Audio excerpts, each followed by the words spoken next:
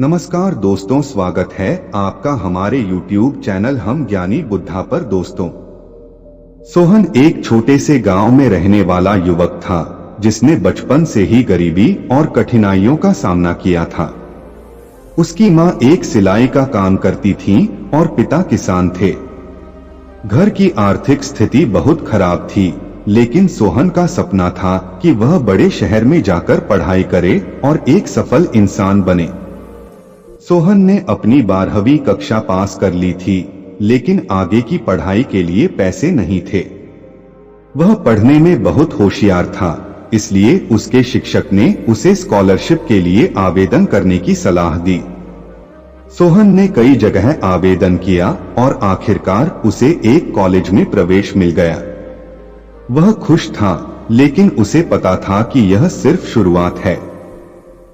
उसे अभी बहुत संघर्ष करना बाकी था। सोहन पहली बार अपने छोटे से गांव से निकलकर बड़े शहर में आया था। यहाँ की जिंदगी तेज थी और लोग व्यस्त। शुरुआत में उसे शहर की चमक-धमक बहुत भाई, लेकिन जल्द ही उसे यहाँ की कठिनाइयों का एहसास होने लगा। कॉलेज की फीस के अलावा उसे रहने और खाने के लिए भी पैसे चाहिए थे।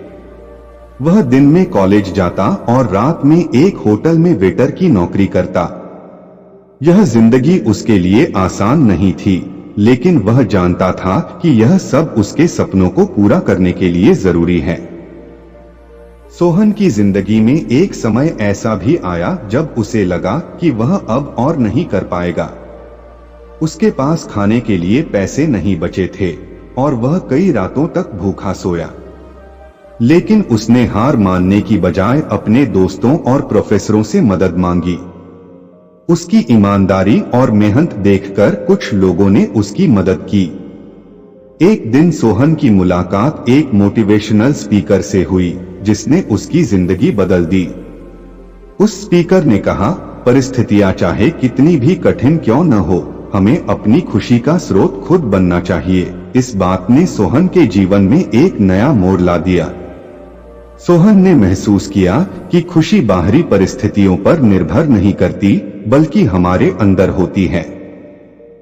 उसने जीवन में छोटी छोटी चीजों में खुशी ढूंढनी शुरू की, जैसे दोस्तों के साथ बिताया समय, नए नए चीजें सीखना और दूसरों की मदद करना। उसने अपने काम और पढ़ाई दोनों में संतुलन बनाकर रखा और खुद को हर परिस्थिति में खुश रखना सीखा।